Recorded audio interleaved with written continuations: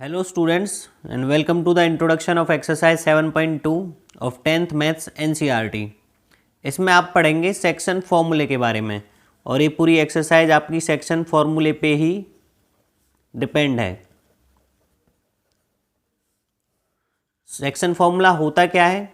इससे पहले वाली टॉपिक में आपने पढ़ा था कि डिस्टेंस फॉर्मूला क्या होता है, कि दो कोऑर्डिनेट्स के बीच की डिस्टेंस हम निकालते थे। यहाँ पे हम सेक्शन फॉर्मूला फाइंड आउट करेंगे कि सेक्शन फॉर्मूला एक्चुअल में होता क्या है। Let's say there are 2 points A and B और सपोज ए के कोऑर्डिनेट्स हैं x1 y1 एंड बी के कोऑर्डिनेट्स हैं x2 y2। मैं ज्वाइन कर देता हूं इन दोनों को पॉइंट्स को, तो ये आपका एक लाइन सेगमेंट बन गया। अब आपको एक और पॉइंट दे रखा है, सपोज पॉइंट P, जिसके कोऑर्डिनेट्स हैं एक्स वाई, और जो ये P पॉइंट है ये ए बी लाइन सेगमेंट को दो रेशो में डिवाइड कर रहा है, एक तो A से P तक और एक P से B तक। तो इसके दो सेक्शन हो गए, एक AP और दूसरा PB, इसलिए हम इसको सेक्शन फॉर्मूला बोलते हैं, क्योंकि this point is dividing A and B in 2 sections. Clear? और इन सेक्शन का हम रेशो मान लेते हैं, suppose this is M1 and this is M2। Means जो आपका P पॉइंट है वो A और B लाइन सेगमेंट को M1 टू M2 के रेशो में डिवाइड कर रहा है। मीन्स ये सेक्शन है इसका M1 और इसका M2 रेशो में है।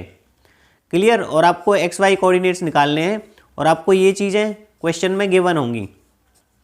क्लियर? तो पहले मैं सेक्शन फॉर्मूला लिख देता हूँ क्या होता है।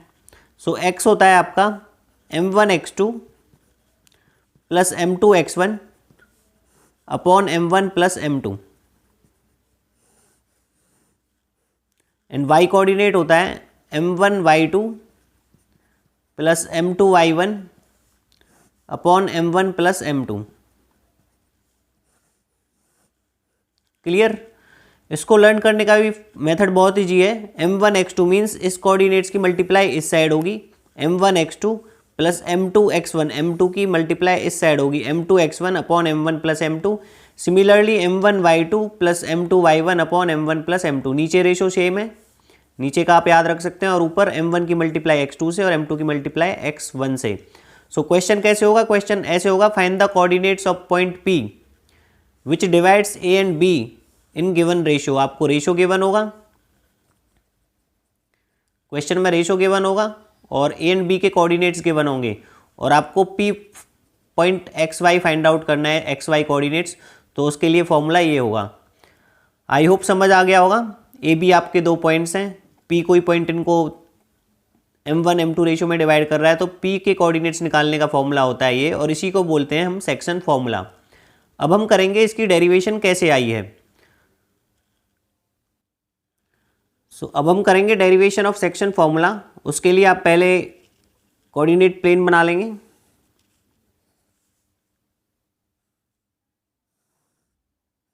Suppose this is your X axis, this is your origin and this is your Y axis,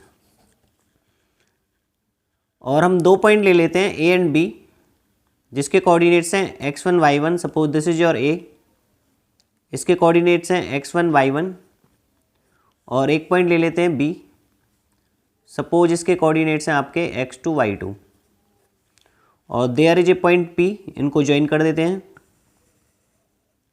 और यहाँ पे एक पॉइंट है P, जिसके कोऑर्डिनेट्स एक्स वाई आपको फाइंड आउट करने हैं, और इसका रेशो दे रखा है M1 रेशो M2, जो कि मैंने आपको अभी बताया था। क्लियर? सो इसका डेरिवेशन कैसे करना है, आपको इसको पैरेलल टू वाई एक्सिस ऐसे ज्वाइन कर देना है, इस पॉइंट को भी parallel to y axis join कर देना है, और इस पॉइंट को भी parallel to y axis join कर देना है। सिमिलरली इस पॉइंट को पैरेलल टू एक्स एक्सिस ऐसे ज्वाइन कर देना है, सिमिलरली इस पॉइंट को पैरेलल टू एक्स एक्सिस ऐसे ज्वाइन कर देना है। ये एक्स वाई एक्सिस परपेंडिकुलर होते हैं, तो this will also be perpendicular. In points को नेमिंग दे देते हैं, suppose this is your point Q and this is your point C, and in points को दे देते हैं हम suppose R, S and T। Clear? अब हम यहाँ से सिमिलैरिटी ऑफ ट्रायंगल यूज करेंगे। सिमिलैरिटी ऑफ ट्रायंगल होता क्या है पहले आपको मैं वो बता देता हूँ। सिमिलरिटी ऑफ ट्रायंगल्स 3 टाइप से होती है।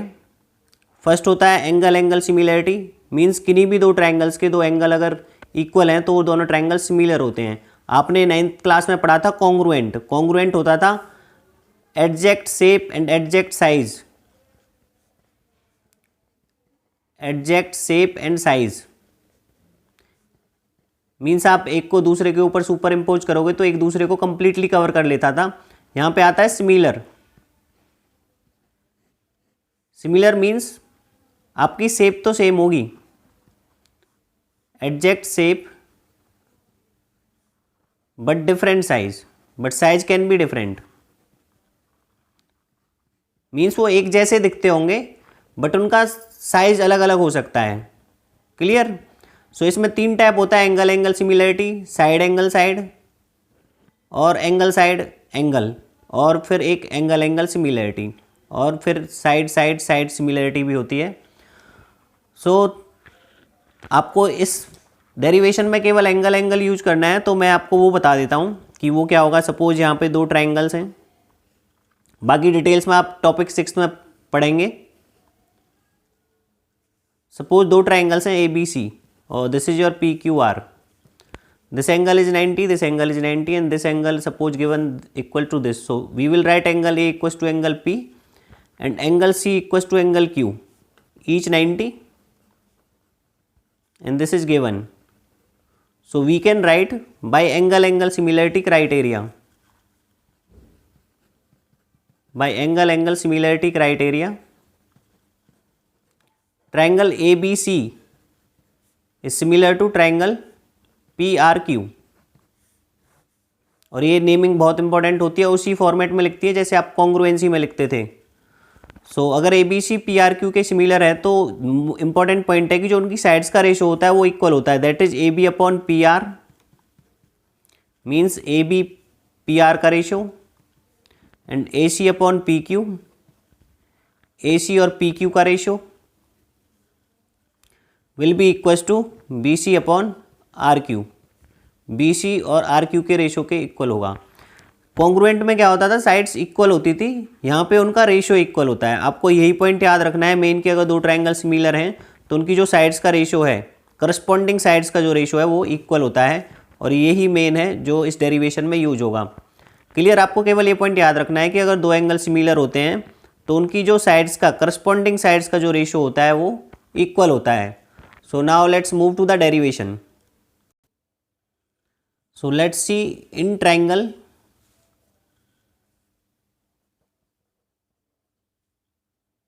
PAQ and triangle BPC। PAQ ये वाला ट्राइंगल और BPC ये वाला ट्राइंगल, इसमें आप देखेंगे तो एंगल 90 इक्वल है। So angle C equal to angle Q, each 90।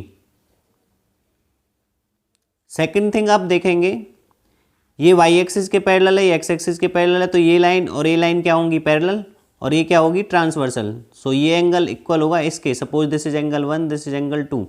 So angle 1 will be equal to angle 2 corresponding angle. Clear? Reason आपको समझ ही आ गया होगा। यहाँ पे BT is parallel to PS, because ये वाई एक्सिस के पैरेलल है तो आपस में पैरेलल होंगे, और जो AB है वो आपका एज ए ट्रांसवर्सल एक्ट करेगा। क्लियर? मैं आपको अलग से भी बता देता हूँ। ये लाइन है सपोज आपकी BT और ये आपकी PS, और ये दोनों पैरेलल हैं, तो जो आपका ये एंगल होगा एंगल 1 और ये होगा आपका एंगल 2, तो ये क्या होंगे, करस्पॉन्डिंग एंगल होंगे, और ये दोनों पैरेलल हैं तो इसलिए इक्वल भी होंगे। क्लियर? 9th में आप ऑलरेडी करस्पॉन्डिंग एंगल के बारे में पढ़ चुके हैं। BT is parallel to SP and BP acts as a transversal. So angle 1 will be equal to angle 2 because of being corresponding angles. Clear now? So we can write here by angle angle similarity. So I will write over here now by angle angle similarity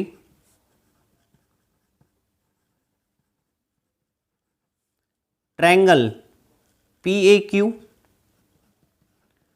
will be similar। Similar का sign होता है, ये congruent में आप ऐसे लगाते थे, similar में केवल आपको ऐसे लगाना है, to triangle BPC.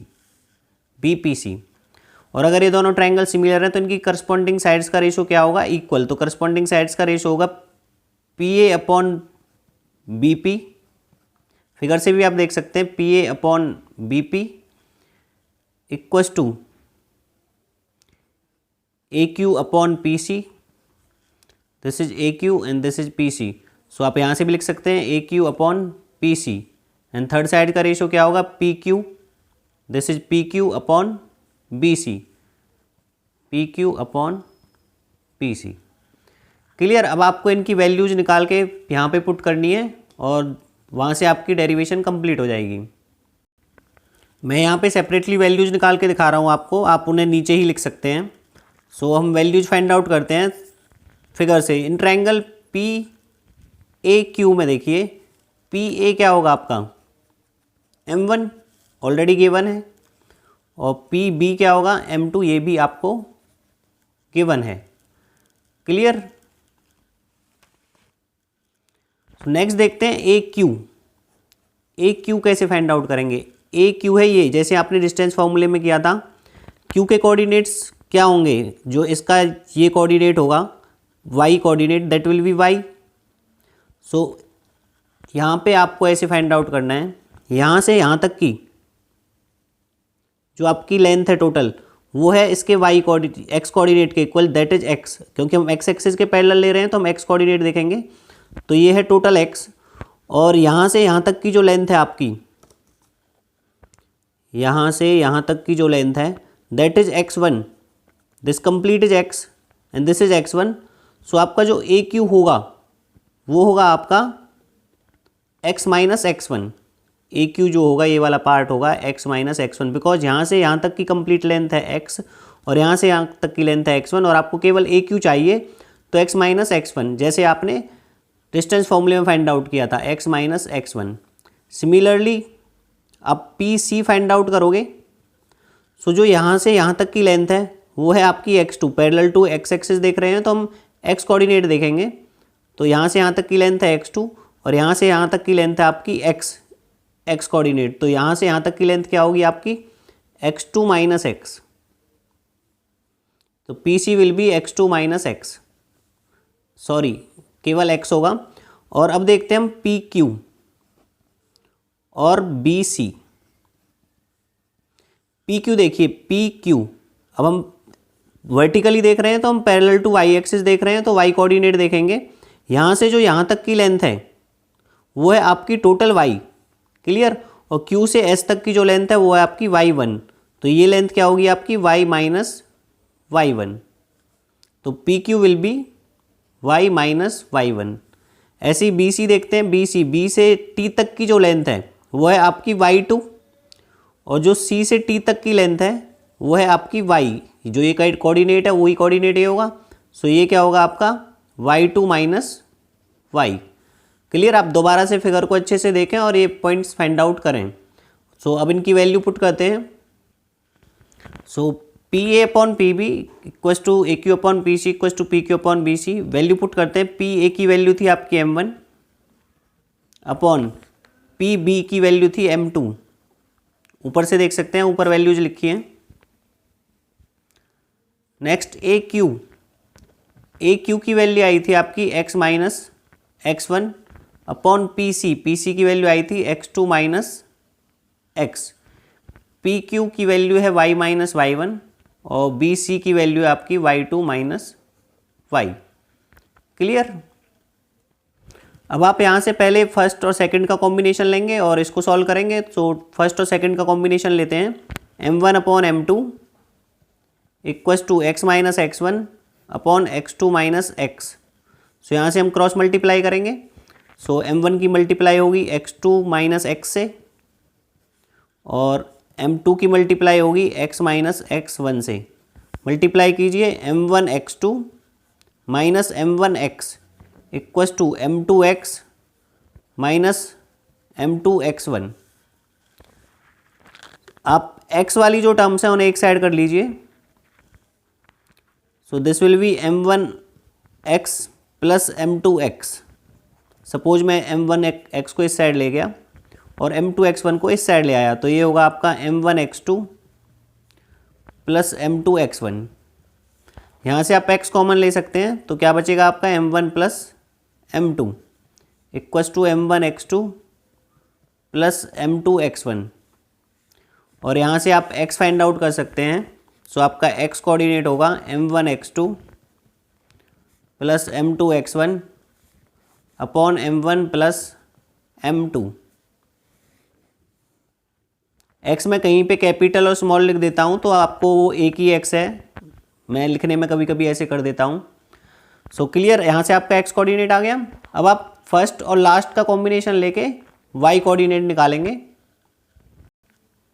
So now taking m1 अपन m2 equals to y minus y1 upon y2 minus y, cross multiply करेंगे, तो मैं डायरेक्ट कर देता हूँ, m1 की मल्टीप्लाई करेंगे तो m1 y2 minus m1 y, और m2 की करेंगे तो m2 y minus m2 y1।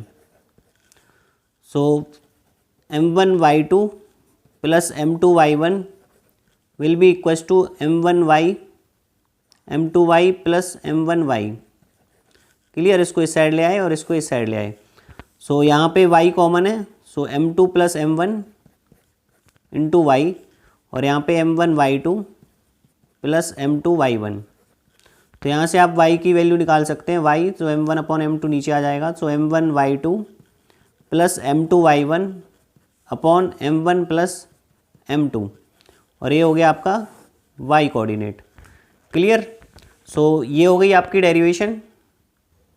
So at last coordinates of point P xy which divides line segment A and B in the ratio m1 ratio m2 internally because वो in between है are m1 x2 plus m2 x1 this one, और this is known as section formula। इसी को हम बोलते हैं section formula. इसी से दो फॉर्मूले और आए हैं, उन्हें और देख लेते हैं यहीं पे। let P divides AB in k ratio 1। Suppose ये k रेशो 1 में डिवाइड कर रहा है, मीन्स m1 के प्लेस पे k है और m2 के प्लेस पे 1 है, तो यही फॉर्मूला क्या बन जाएगा आपका, ये बन जाएगा k x2 plus x1 upon k plus 1, और दूसरा कोऑर्डिनेट हो जाएगा आपका k y2 plus y1 upon k plus 1। Clear, और ये फॉर्मूला यूज होगा आपका जब आपको रेशो फाइंड आउट करना होगा क्वेश्चंस में, कि find out the ratio in which p divides a b। Clear, जब रेशो फाइंड आउट करना होगा, टू फाइंड रेशो, ये वाला फॉर्मूला यूज होगा। जब कोऑर्डिनेट्स पूछे होंगे तब ये वाला फॉर्मूला यूज होगा। क्लियर, अब आते हैं एक और फॉर्मूले पे which is important one, mid point formula.